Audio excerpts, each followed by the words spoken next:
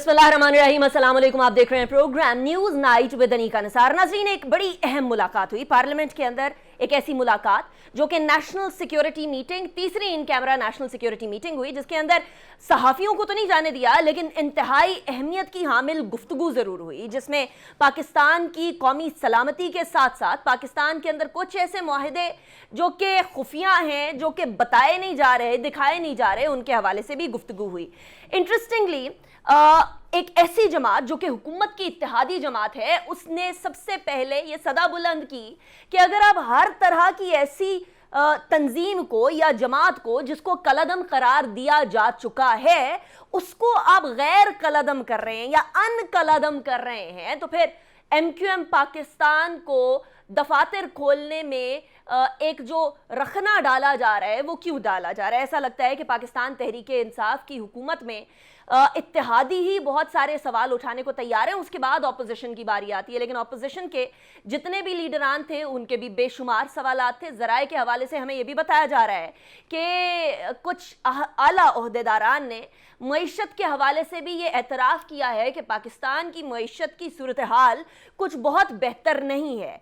कुछ दिन पहले या कुछ ही देर पहले हम लोगों ने हम्माद अजहर साहब की एक प्रेस कॉन्फ्रेंस देखी थी। उस प्रेस कॉन्फ्रेंस में उन्होंने चीनी के हवाले से बात की थी कि बेसिकली एक साजिश है जो कि सिंध हुकूमत की तरफ से घड़ी गई पाकिस्तान शुगर मिल एसोसिएशन के साथ मिलकर। लेकिन एक और इंटरेस्टिंग चीज़ है जो कि मैं आपको सुनवाना भी चाहूँगी, और वो है शौकत तरीन साहब की गुफ्तगू। इससे पहले अवाम के मसाइल को हल करने और अवाम के जो बोझ है उसको कम करने की बात की जा रही थी, लेकिन यहाँ तो टैक्स और लगने की बात की जा रही है। शौकत तरीन साहब ने क्या फरमाया वो मुलाहिजा करिएगा।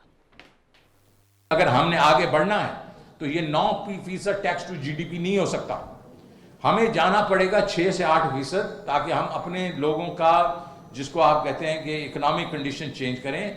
7 से 8% के लिए हमें कम से कम 20% टैक्स टू GDP चाहिए। डबल करना है हमने। 2 टैक्स होंगे, एक इनकम टैक्स होगा और एक कंजम्पशन टैक्स होगा, जिसको आप GST कहते हैं। ये बाकी विद होल्डिंग टैक्स वगैरह, टर्नओवर टैक्स वगैरह, अगर मेरे होते हुए इंशाल्लाह अगले 2-3 साल में ये सब खत्म हो जाएगा। इनके होते हुए ख़त्म हो जाएगा, लेकिन इनके होते हुए और भी बहुत सारी चीज़ें ख़त्म हो रही है, और वो ये है कि जो मीडियम क्लास है, जो या जिसको मिडिल क्लास कहा जाता है, वो भी ख़त्म होती चली जा रही है, या गरीब होते चले जा रहे हैं या अमीर होते चले जा रहे हैं। लेकिन पाकिस्तान तहरीक इंसाफ के लिए जहाँ इकॉनमी एक मसला है, वहाँ एक बहुत बड़ा चैलेंज ये भी है कि अब बार बार वज़रा की तरफ से जब एक तंजीम को, तहरीक लब्बैक पाकिस्तान को, बारहा ये कहा गया कि इसकी इंडिया से फंडिंग होती है, ये बेसिकली एजेंट हैं, ये बेसिकली पाकिस्तान मुखालिफ हैं, और उसके बाद फिर जब उनको एक सियासी धारे में लाने की बात हुई और PTI के अपने सेनेटर्स की तरफ से इसका खैर मकदम किया गया, तो अब सदा बुलंद होने लगी है बहुत सारी और कलदम जमातों की तरफ से, और एक रास्ता खुल गया, एक तशद्दुद का रास्ता खुल गया। वैसे तो TLP को जब जो कलदम तंजीम से हटाकर एक सियासी जमात तक का सफर तय करने का जो नोटिफिकेशन है, उसके अंदर वाज़े तौर पर यह लिखा गया है कि वसी तर कौमी मफाद में ये इक़दाम किया गया। लेकिन ये कदम उठाते उठाते कहीं वसी तर कौमी मफाद को ही तो दाव पर नहीं लगा दिया गया है, बिलखुसूस इसलिए बिकॉज अब वो तमाम जमातें जिनको कलदम करार दिया गया था, अब वो अपनी आवाज़ बुलंद करने लगी हैं। इसी हवाले से बात करेंगे आज की कौमी सलामती की जो मुलाकात है, पाकिस्तान तहरीक इंसाफ के जो चैलेंजेस हैं, और ऐसे में बिलखुसूस जो अपोजिशन है वो एक बार फिर हमें इकट्ठी होती हुई नज़र आ रही है। एक हिंट दिया है आज खुर्शीद शाह साहब ने कि एक बार फिर हो सकता है कि वो पाकिस्तान डेमोक्रेटिक मूवमेंट को ज्वाइन कर लें। उन्होंने क्या फरमाया वो भी सुन लीजिएगा। आखिरी सियासत में कोई फैसला नहीं होता, हालात के तहत फैसले बदलते भी हैं, बनते भी हैं, बिगड़ते भी हैं। हम पार्लियामेंट के अंदर तो एक ही हमारा पॉइंट ऑफ व्यू है। हमने तो पहले भी, मैंने खुद बताते खुद जब इस्तीफ़ा की बात हुई थी, वही बात अभी हमारी फॉलो की जा रही है जो हमने कही थी कि इस्तीफ़ा नहीं दें, और इस्तीफ़ा न देने से जो फ़ायदे हुए अपोजिशन को वो आपके सामने है। तो क्या जो राहें जुदा हो रही थीं वो यकजा होने लगी हैं, और फिर पाकिस्तान तहरीक इंसाफ के लिए अगर यकजा हो गई तो पहले से मौजूद चैलेंजेस के साथ साथ इस चैलेंज से कैसे निबरदाजमा हुआ जाएगा, तमाम मुल्क की सूरत हाल पर गुफ्तगू करेंगे। मेरे साथ जो मेहमानान मौजूद हैं मैं उनका तारुफ करवा दूं। चौधरी जाफर इकबाल साहब पाकिस्तान मुस्लिम लीग नून के सीनियर रहनुमा है, किसी तारुफ के मोहताज नहीं है। बहुत शुक्रिया चौधरी साहब, आपने हमें ज्वाइन किया। हमारे साथ फोन लाइन पर मौजूद हैं बैरिस्टर मोहम्मद अली खान सैफ साहब, बहुत शुक्रिया बैरिस्टर साहब, आपने भी हमें ज्वाइन किया। You been a senator as well. Last but not the least, और बड़ी सेन आवाज अगर मुल्क के अंदर है तो वो डॉक्टर हुमा बकई की है। उनसे भी जानेंगे, नेशनल सिक्योरिटी के मामलात को भी बड़ी गहरी नजर रखती हैं। बहुत शुक्रिया डॉक्टर साहिबा, आपने भी हमें ज्वाइन किया। फिलहाल मैं ब्रेक की तरफ जाऊंगी, ब्रेक के बाद वापस आएंगे और गुफ्तगू का सिलसिला बाकायदा शुरू करेंगे।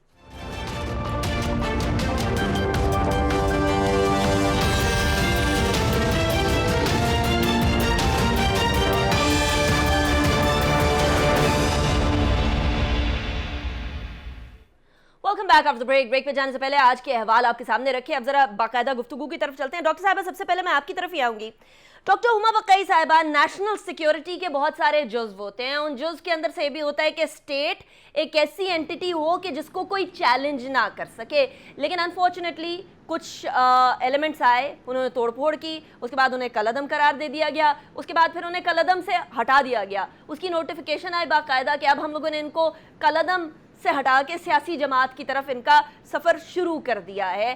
डॉक्टर साहिबा, ये क्या इनकरेजमेंट नहीं देगा बाकी सारी जमातों को जिनको कलअदम करार दिया गया पाकिस्तान के अंदर पिछली एक दहाई के अंदर, कि वो भी इसी तरह का मामला करें और इसी तरीके से प्रेशर बिल्ड करें और उसके बाद अपने नाम के साथ भी कलअदम हटवा लें? देखिए, वो तो आज डिमांड आ गई है, पॉलिटिकल जमात की तरफ से भी आई है, MKM ने भी अपना मुद्दा सामने लाए हैं, और कुछ जो रिलीजियस जमातें हैं जिनका कोर पहचान वायलेंस है, वो भी सामने आए हैं और उन्होंने कहा है कि हमारा कालादम स्टेटस जो है वो ख़त्म किया जाए। ये बात तो बिल्कुल सही है कि ये स्लिपरी स्लोप है, पेंडोरा बॉक्स है जो हुकूमत ने खोल दिया है और इनसे संभाले नहीं संभलेगा।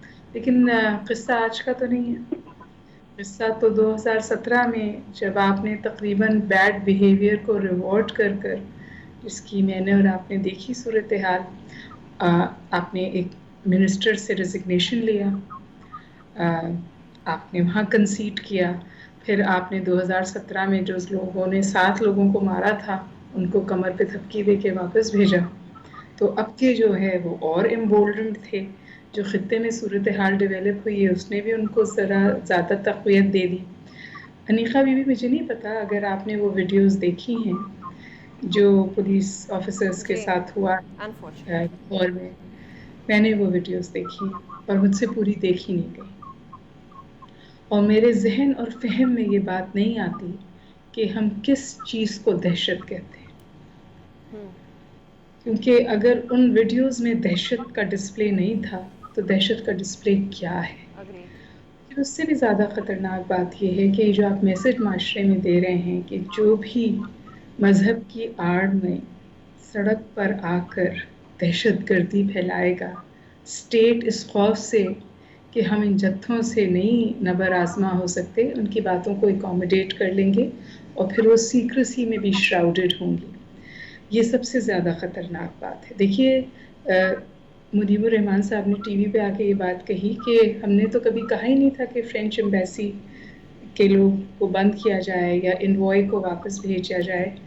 मेरे ख्याल है कुछ बहुत दफ़ा चीज़ें पीछे खोल कर दिखाते हैं, अगर इस सूरत हाल में भी दिखा देते तो हमें समझ में आ जाता कि शायद वो बजा नहीं फरमा रहे या सही नहीं कर रहे। लेकिन उससे ज़्यादा ख़तरनाक बात यह है कि ये जो इन्होंने अपनी डिमांड वापस ली है, इसका क्विड प्रो क्या हुआ है। क्योंकि उससे आपको पता है शेख रशीद साहब और उस वाज इन रिकॉर्ड के हम तमाम बातें हमने मान ली हैं, बस ये बात हम नहीं मान सकते बिकॉज जाहिर है इसमें तो पाकिस्तान का इकनॉमिक कोलैप्स है और ऑलरेडी हम डिप्लोमेटिक आइसोलेशन फाइट कर रहे हैं। इस वक्त अगर हम किसी इंटरनल कंपल्शन की वजह से इन ग्रुप्स को एकोमोडेट भी कर रहे हैं तो उसकी कीमत हमें अदा करनी पड़ेगी in terms of Pakistan's image meltdown, and subsequently our position in various international organizations, वो कीमत बहुत ज़्यादा होती है। Very interesting, डॉक्टर साहिबा। अनीका बात ख़त्म करूँगी, आपके पास बहुत अच्छे लोग हैं।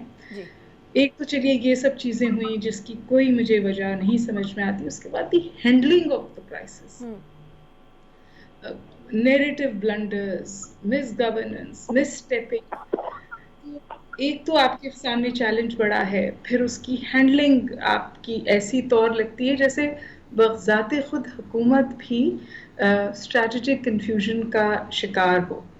और फिर बहुत सारे लोग, मुझ जैसे लोग या शायद और भी लोग होंगे, वो खौफज़दा होते हैं कि क्या पाकिस्तान एक स्लिपरी स्लोप पर है जहाँ से हम बहुत मुश्किल से क्रॉल कर कर ऊपर आए थे। देखिए, ज़िया साहब के ज़माने में जो टेंडेंसीज अनलीश हुई थी वो आज भी हम पूरी तौर रिवर्स नहीं कर सके हैं, और क्या हम एक बार फिर उसी रास्ते पर चल पड़े? ये वो बहुत ज़रूरी सवाल हैं जो मुझे उम्मीद है कि आज सिक्योरिटी मीटिंग में उठे होंगे। इंटरेस्टिंगली डॉक्टर साहिबा, हमारे सामने, मेरे आपके सामने तो नहीं रखा गया वो माहिदा जो कि इनके साथ किया गया, लेकिन शायद नेशनल सिक्योरिटी मीटिंग के अंदर रखा जाना चाहिए था, जो हमें ज़राए बता रहे हैं कि नहीं रखा गया। चौधरी साहब, अगर ये बात दुरुस्त है कि ये माहिदा नेशनल सिक्योरिटी मीटिंग में भी नहीं रखा गया, तो फिर कहाँ रखा जाएगा सामने? किसके सामने रखा जाएगा? पार्लियामेंटेरियंस बैठे हैं, इन कैमरा मीटिंग हो रही है और उसके अंदर भी ये माहिदा सामने नहीं आया, तो ऐसी क्या चीज़ होगी जो छुपी हुई होगी? बिस्मिल्लाहिर्रहमानिर्रहीम, बहुत शुक्रिया। आपने रियासत और रियासत की रिट की बात की जी। मुझे बतौर पाकिस्तानी ज़र्रा बराबर डाउट नहीं कि मेरे मुल्क के इदारे, पुलिस हो, रेंजर्स हों या आर्मी के जवान हों या आम आवाम भी, हम किसी सूरत कोई ऐसी बात है कि हम कोई भी शख्स जो रियासत को यरमाल बनाना चाहे उसके ख़िलाफ़ खड़े ना हो सके। बिल्कुल। लेकिन मेरे साथ अलमिया ये है कि जो लफ्ज़ आपने इंट्रो में इस्तेमाल किए, गद्दार, भारतीय एजेंट और वसीतर कौमी मुफाद, ये कौन इस्तेमाल करते हैं? और अगर मौजूदा जिस इशू के ऊपर हम बात कर रहे हैं, हम इनका 2017 वाले धरने का देख लें, यही आर्मी चीफ थे कमर बाजवा साहब, और ऑन रिकॉर्ड टीवी पे कहा था, किसी से ढका छुपा नहीं है, कि इनके खिलाफ कुव्वत नहीं इस्तेमाल करनी। राइट। करंटर कौन बना? उस वक़्त के डीजीसी जनरल फैज़, जो आज अभी तक तो ISI के सरबराह हैं। अच्छा, पैसे कौन बांट रहे थे वहाँ खड़े हुए? DG rangers. जब वो लोग जो मेरी सिक्योरिटी पे मामूर हैं, जिन्हें मैंने कुछ इख्तियारात दिए हैं, जो अपने हकूक़ उनके सामने सरेंडर किए हैं, वो उन इख्तियारात का गलत अगर इस्तेमाल करेंगे। चौधरी साहब, कता कलामी के लिए माजरत, लेकिन अगर आप लोग भी, ये PTI के साथ अभी सबसे बड़ा जो मसला हुआ है वो ये हुआ है कि ये लोग फोर्स ही नहीं कर सके और इन लोगों ने रोका नहीं। पंजाब के अंदर ही आप लोगों ने भी यही काम किया था कि इस्लामाबाद तक आने दिया, इस्लामाबाद और रावलपिंडी के बासियों की जिंदगी अजाब बनाने दी। आप लोगों की ही हुकूमत पंजाब में थी, शहबाज शरीफ साहब भी वहां मौजूद थे, वहां रोक लेते। आप लोगों को रोकने से तो किसी ने नहीं मना किया था। आपने और कता फिर कलामी, आपने लगा। कता कलामी कर ली, मैंने आपकी नहीं की, मैंने आपकी ये सारी गुफ्तगू सुनी। सही। ठीक है जी। जब रियासती इदारे सपोर्ट कर रहे हो हुकूमत के खिलाफ, तो आप क्या करेंगे? अभी क्या कोई रियासती इदारा सपोर्ट कर? किसने नहीं की? फवाद चौधरी साहब जो ये कहते हैं कि मुल्की एजेंसीज ने बताया है कि फंडिंग हो रही है भारत से, ये आप निकाले रिकॉर्ड पे, क्या नहीं अल्फाज उनके है। वो एजेंसीज कौन है? यानी फवाद चौधरी साहब जो गुफ्तगू कर रहे थे ऑन बिहाफ ऑफ इंटेलिजेंस कर रहे थे, इंटेलिजेंस एजेंसीज कर रहे थे, और उनको वो दहशतगर्द करार दे रहे हैं, उनको भारतीय एजेंट करार दे रहे हैं, भारतीय फंडिंग की बात कर रहे हैं, और कह रहे हैं कि बहुत सारी वेबसाइट्स भारत की इनको प्रमोट कर रही है। ये वो एक दिन फरमा रहे हैं। हुकूमत ने मुज़ाकरात की कोशिश की, ना बनी बात। मुज़ाकरात कहाँ हुए? जनरल बाजवा के साथ। ठीक है। माहिदा सीने से लगा के जाने वाले क्या कह रहे थे कि जी बाजवा साहब ने बहुत अच्छा किरदार अदा किया है, तो बाजवा साहब आए कौम के सामने, बताएं वो माहिदा क्या है। और अगर ये इसी तरह सीगा राज में रखेंगे कि वो एहसान हमारी कस्टडी से फरार हो गया, भाई what the hell you are doing? वो फरार कैसे हो गया मेरे बच्चों का कातिल? ठीक है। आपने मिरान शाह को पहले आबाद किया कि ये मुजाहिदीन है, फिर आपने कहा नहीं ये दहशतगर्द हैं। ये मैं और आप करते हैं। रियासत को कौन कमजोर बनाने चला है? नहीं, रियासत को तो अभी फिलहाल तो बहुत सारे लोग कमजोर बनाते हुए लग रहे हैं। हमेशा हमेशा इदारों के खिलाफ आवाजें भी उठती हैं, हमेशा शख्सियात के खिलाफ भी आवाजें उठती हैं। शख्सियात के खिलाफ हम लोगों को तो मिलकर इन इदारों को स्ट्रेंथन कर रहे होना चाहिए ना चौधरी साहब। हमने किया ना, कि हम नुक्ताचीनी कर रहे हो। मैंने अपना खून दिया, मैंने अपना पेट काट के दिया निका, मैंने अपना पेट काट के दिया। जिन्होंने दिया उनको हम साथ सलाम करते हैं। लेकिन ठीक आप है। बाजवा साहब बताएं ना, क्या बाजवा साहब की तस्वीर नहीं आपने देखी ठीक कि है। उलमा इकराम जो है उनके दाएं बाएं खड़े हैं चलिए। और वो कह रहे हैं कि बाजवा साहब ने किरदार अदा किया, और आप सवाल मुझसे और दूसरे से पूछ रहे हैं। ठीक है, बाजवा बैरिस्टर साहब क्यों नहीं बताते चले मुझे आके? दूसरे जिनकी तरफ आप इशारा कर रहे हैं, मैं बैरिस्टर साहब की तरफ भी जाती हूँ। बैरिस्टर साहब, ये चौधरी साहब ने बहुत सारे सवाल इकट्ठे कर दिए और खड़े कर दिए। हुमा बकई साहिबा ने भी इस तरफ इशारा किया कि ये किस्सा आज का नहीं है, ये इनकी 7वीं जो थी अटेम्प्ट थी आम आदमी के जानो माल को नुकसान पहुंचाने की, टीएलपी के। अब इनसे ये गारंटी ली गई है कि अब आइंदा से बदअमनी नहीं होगी, या वो बदअमनी नहीं करेंगे लेकिन बहुत सारे और की बदअमनी का जो है वो सवाल खड़ा हो गया। बैरिस्टर साहब, what should the government do? देखें अनिका, इस पूरे तनाजुर को अगर इसका तज्जिया किया जाए तो कई फैक्टर्स हैं कि जो इस किस्म के हालात पे मुंतज होते हैं। सबसे पहली बात तो यह है कि रियासत की अपनी जो कमजोरी है, इदारा जाती कमजोरी जिसको कहा जाता है, वो एक बहुत बड़ा फैक्टर पाकिस्तान में रहा है। और वो कोई नया फैक्टर नहीं है, वो पीटीआई की हुकूमत में 3 साल में नहीं आया, उससे पहले भी इसके ताने बाने जो है माजी के हमारी मुख्तलिफ इक़दामात से मिलते हैं। आप देखें सिस्टमिक जो एक गवर्नेंस का जो डिसऑर्डर है, सिस्टमिक डिसऑर्डर जो हमारा है, वो इस मुल्क का बहुत बड़ा अलमिया है। अब वो क्यों है, उस पे बहस करने का इस वक्त मौका नहीं है। लेकिन इसमें कोई शक नहीं है कि माजी में भी इसी तरह के हालात में जो तहरीकें उठी हैं, उनको अगर प्रेशर ग्रुप्स ने लीड किया है, चाहे वो मजहब की बुनियाद पे प्रेशर ग्रुप्स बने हों, चाहे लिसानी या नस्ली बुनियादों पे बने हों, उनको हमेशा बहुत ज्यादा इफेक्टिव यानी विरुलेंट तहरीकें उन्होंने चलाई हैं और उन्होंने हमेशा हुकूमत को एक किस्म का डिफेंसिव पे लिया है। फिर मसला ये होता है कि जब आप हुकूमत कोई सख्त इकदाम उठाने की कोशिश करती है, उनको दबाने की कोशिश करती है, तो उस वक्त होता यह है कि हमारी जो सोसाइटी है, देखें मैं थोड़ी सी फलसफे में नहीं जा रहा, लेकिन हमारी सोसाइटी जो है ये एक स्ट्रक्चरल रियलिज्म का जो कॉन्सेप्ट है ना कि जो सेंट्रीफ्यूगल फोर्सेस होती हैं, जो सेंटर से हटाने वाली होती हैं, वो एक्टिव हो जाती हैं कमजोर रियासतों में। यहाँ भी हमारा मसला है कि यहाँ पर जब ऐसे कोई इकदाम होता है तो तमाम सियासी पार्टियां मिलकर उसको उस शरारत करने वाले के साथ खड़ी हो जाती हैं ताकि हुकूमत को नीचा दिखाएं। वो जो वक्ती पावर पॉलिटिक्स के वक्ती मफादात होते हैं, वो आपके नेशनल इंटरेस्ट को कंप्रोमाइज करा देते हैं। फिर हुकूमत भी जो है, हुकूमत के अपने सियासी मफादात होते हैं, उनका मसला भी नेशनल इंटरेस्ट से ज्यादा अपना वोट बैंक जो है उसको मुतासिर होने से बचाना होता है। तो उसकी वजह से फिर कंप्रोमाइजेस भी हो जाते हैं और कई इक़दाम से सरफे नजर होता है, उनको इग्नोर किया जाता है। नाउ दिस इज रियलिटी के जो हमारी पॉलिटिक्स का एक अलमिया है और ये पहली बार नहीं हुआ। देखें, आपको पता है कि पीपल्स पार्टी के दौरे हुकूमत में भी इस दारुल हुकूमत पर कई बार ये अलगारें हो चुकी हैं, कई नाकाम हुई, कई कामयाब हुई। मुस्लिम लीग नून के दौर में भी हुई हैं, इस दौर में भी हुई हैं। जहां तक टीएलपी का ताल्लुक है, देखें इनको ये एक प्रेशर ग्रुप है और मजहब का नाम इस्तेमाल करके ये अपनी प्रेशर पॉलिटिक्स कर रहे हैं। इससे पहले भी किया, अब भी किया। जाहिर है कि जब कमजोर रियासत होती है, जब हुकूमत की रिट कमजोर होती है, तो वहां पर कई अहलकार और कई मुहर्रिकात होते हैं जो उनको अपने मफादात के लिए इस्तेमाल करते हैं। अच्छा बैरिस्टर साहब, मेरे साथ शौकत बसरा साहब भी मौजूद हैं। शौकत बसरा साहब, मुझे एक बात समझा दीजिएगा, शायद मुझे समझ नहीं आ रही या हमारे पैनल में बैठे हुए लोगों को, हमें सबको ही समझ नहीं आ रही। ये माहिदे में इतनी खुफिया चीज क्या है? आप लोग तो राइट टू इंफॉर्मेशन की बात किया करते थे, आप लोग तो कहते थे अवाम का हक बनता है हुकूमत जो डिसीजंस ले रही है, जो सीगा राज में बहुत ज्यादा चीज रखी जाए अवामी मफाद के हवाले से, वो इसका मतलब है पीछे पीछे कुछ ना कुछ गड़बड़ हो रही है। क्यों इतना छुपाया जा रहा है? आज तो चले हमें नहीं बता रहे आप, तो नेशनल सिक्योरिटी की जो मीटिंग हो रही थी उसी के अंदर बता देते, ऑपोजिशन के लीडरान बैठे हुए थे। नहीं, कोई चीज खुफिया नहीं है। कुछ ऐसी मसलें होती हैं जो आपको रियासत को चलाने के लिए कुछ ऐसे फैसले लेने पड़ते हैं जो ना चाहते भी हुकूमतों को लेने पड़ते हैं। ऐसी सिर्फ और सिर्फ क्योंकि हुकूमतों का पहला और आखिरी फर्ज जो होता है वो लोगों के जानो माल का तहफ़्फ़ुज़ है, लोगों को सिक्योरिटी फराहम करना है, लोग लॉ एंड ऑर्डर की सिचुएशन को कंट्रोल करना है।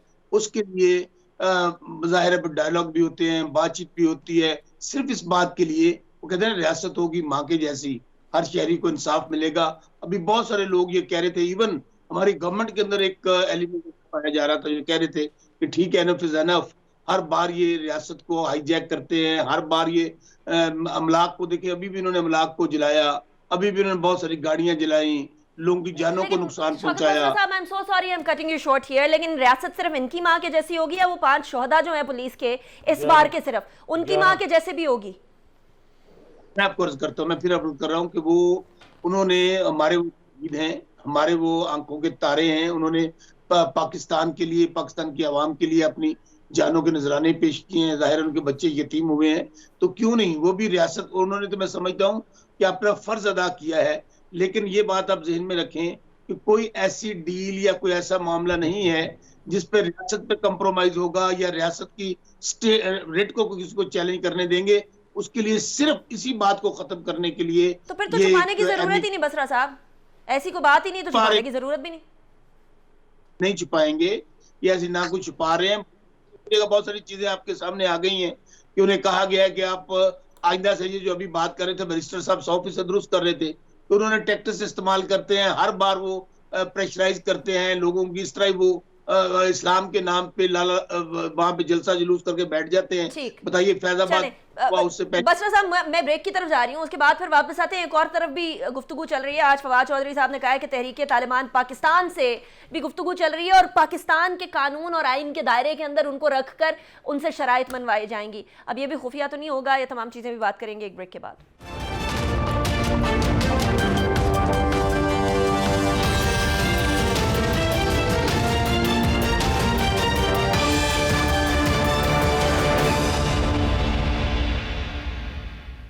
Welcome back after break. Break पे जाने से पहले हम बात कर रहे थे मुआहिदा खुफिया है या नहीं, लेकिन सबसे ज़्यादा ज़रूरी ये चीज़ है कि इसके रेपरकशंस कितने दूर रस होंगे, और उसके रेपरकशंस तो अभी से हम लोगों ने देखना शुरू कर दिए हैं। मामला बिगाड़ की तरफ ही जा रहे हैं। डॉक्टर साहब, गुफ्तगू आपने सुनी ब्रेक से पहले, प्लीज़ ऐड करिएगा इन तमाम गुफ्तगू के अंदर कि अब ये जो सिचुएशन बन गई है तो बन गई है, शायद हुकूमत की भी कुछ मजबूरियां थी, शायद और कोई हल भी नहीं था, वहाँ भी अपने लोग इधर भी अपने लोग, लेकिन इनके आगे जो रेपरकशंस होंगे इससे डील कैसे किया जाए, सोल्यूशन क्या निकाला जाए?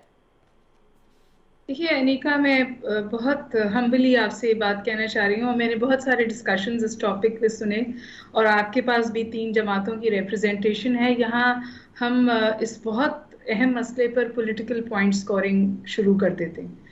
ये पीपल्स पार्टी पीटीआई और पीएमएलएन का मसला नहीं है, ये रियासत पाकिस्तान का मसला है। Agreed.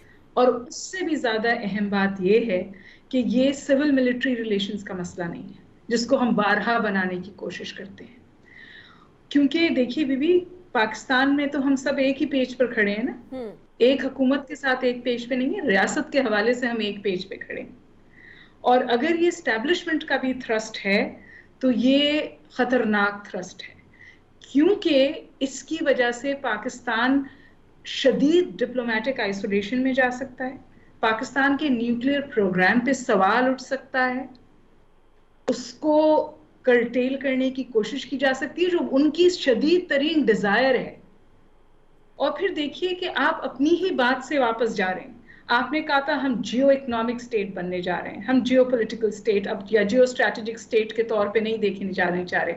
हम वो वाहिद मुल्क हैं जिसने अपने वसाइल से वॉर ऑन टेरर लड़ी है, हमने नो गो एरियाज ख़त्म किए हैं, हमने इन ग्रुप्स को समझिए सब्जुगेट किया है, या इन ग्रुप्स की जो ताकत थी स्टेट पे, जो इनका कैप्चर था, उसको कंट्रोल किया है। अपने इस पूरे नैरेटिव को आप अपने एक्शन से रिवर्स कर रहे हैं। तो मेरी तो बहुत मौदबाना गुजारिश है, यहाँ बहुत आपके साथ अच्छा पैनल है, ये पॉलिटिकल पॉइंट स्कोरिंग का टाइम नहीं है, ये रियासत की बका, रियासत की डायरेक्शन के हवाले से बात करने का वक्त है। और मेरा ख्याल है कि ये एक डेंजरस ट्रेंड है जहां हम ऐसे जत्थों को एकोमोडेट कर रहे हैं। और अभी आपने इंट्रोडक्शन में अभी बात की थी कि हम तहरीक तालिबान पाकिस्तान से भी बात करने जा रहे हैं, वो भी खतरनाक ट्रेंड है, क्योंकि तहरीक तालिबान पाकिस्तान इस वक्त ब्रीदिंग स्पेस चाहती है ताकि अफगान तालिबान से जो हम नेगोशिएशंस में थे कि उन पे कदगन लगाएं, उन पे जगह तंग करें, इस वजह से वो आपसे नेगोशिएशंस में आए हैं, वो ब्रीदिंग स्पेस चाहते हैं।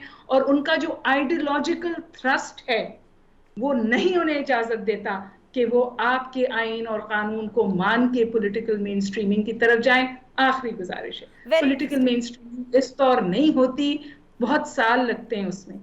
और बसरा साहब यहाँ बैठे हैं और भी बहुत लोग फहम वाले बैठे हैं, आपने पुलिस वालों को झोंक दिया है। हमारी पुलिस के पास ना तो राइट का गैर है, ना उनको राइट, जब ये से मलबे होते समझे प्रोटेस्ट होती है, उनको हैंडल करने के लिए उनकी ट्रेनिंग है। राइट। तो आप तो लिटरली उन्हें झोंक देते हैं मरने के लिए, और आगे वालों को ये मैसेज देते हैं कि हमारी जो पुलिस है उसके पास कैपेसिटी नहीं है, 4 को मार दो, 4 गाड़ियां जला दो और रियासत हाथ खड़े कर होके खड़ी हो जाएगी। और ये PMLN के जमाने में भी हुआ और अब PTI के जमाने में भी हो रहा है। मैं इसको सियासी मसला समझती ही नहीं, ये स्ट्रक्चरल इशू है। राइट। हालांकि अगर डॉक्टर साहिबा, अगर पुलिस को इजाजत दी जाती तो फिर पुलिस अपनी कारकर्दगी दिखाती, that is a very important point. लेकिन वापस जरा TTP वाली साइड पे चलते हैं। पुलिस अवाम पर गोली नहीं चला सकती ना, लेकिन अवाम ने पुलिस पे गोली चलाई है। लेकिन वाटर कैनन हो सकती थी, उनके पास हेलमेट्स हो सकते थे, उनके पास वो जो प्रोटेक्टिव गियर होता है वो हो सकता था, उनके नंबर्स इतने हो सकते थे कि ये कर्टेल हो जाता। आपके पास कोई स्ट्रैटेजी नहीं थी इस हजूम को कंट्रोल करने की। राइट। अच्छा बैरिस्टर साहब, मैं आपकी तरफ आऊंगी। अभी हम बात कर रहे थे तहरीके तालिबान पाकिस्तान की। फवाद चौधरी साहब ने ये बताया कि वो सीज फायर पे आमादा हो गए हैं और उनको पाकिस्तान के कानून और आइन के दायरे में लाया जाएगा। डॉक्टर साहिबा कहती हैं कि उनका पाकिस्तान के कानून के और आइन के दायरे से दूर दूर तक कोई वास्ता लेना देना है ही नहीं, तो फिर कैसे होगा ये मामला? देखिए, मैं डॉक्टर साहिबा की इस बात से तो एग्री करता हूं कि वो आइन और कानून से उनका वास्ता नहीं है, लेकिन बात यह है कि हमें इस बात से भी हम इनकार नहीं कर सकते कि पिछले कुछ दहाइयों से, जब से ये मामला शुरू हुआ है, खास तौर पे 2001 से तहरीक तालिबान पाकिस्तान ने रियासत पाकिस्तान के खिलाफ मुसल्लह जदोजहद की है, मुसल्लह बगावत की है, मुसल्लह रेजिस्टेंस की है, इसमें कोई शक नहीं है। लेकिन जब वो आज आपके साथ बातचीत पर तैयार हैं, चाहे वो उनकी अपनी स्ट्रेटेजिक मूव के नतीजे में हो, चाहे वो ब्रीदिंग स्पेस लेना चाह रहे हैं, या चाहे अफगान तालिबान का प्रेशर उन पर है और वो उनको मुज़ाकरात पर आमादा करके रियासत पाकिस्तान के साथ उनकी कोई अंडरस्टैंडिंग बनाना चाहते हैं, तो इसका एक और मतलब भी है, और वो ये है कि वो इस बात पर तैयार हैं कि वो रियासत पाकिस्तान को एक्नॉलेज कर रहे हैं, उसको रिकॉग्नाइज कर रहे हैं, उसको एंटिटी के तौर पे, एक फरीक के तौर पे अब मान रहे हैं। और मेरे ख्याल में अगर तहरीक तालिबान की इस मुज़ाकरात से पहले अगर आप इसको उस तनाज़ुर में देखें जिसमें दोहा में अमारात इस्लामी अफगानिस्तान और यूनाइटेड स्टेट्स के दरमियान, जिनके दरमियान एक मुसल्लह जंग हुई और आपके सामने है 2001 से लेके 2021 तक ये लड़ाई चलती रही, तो इस दौरान अगर अमेरिका अमारात इस्लामी अफगानिस्तान को रिकॉग्नाइज, एक एंटिटी रिकॉग्नाइज करते उनके साथ मुज़ाकरात की टेबल पे बैठा, और अफगानिस्तान में आज कंपैरेटिवली अमन की सूरत हाल है, मैंने कंपैरेटिव का लफ्ज इस्तेमाल किया,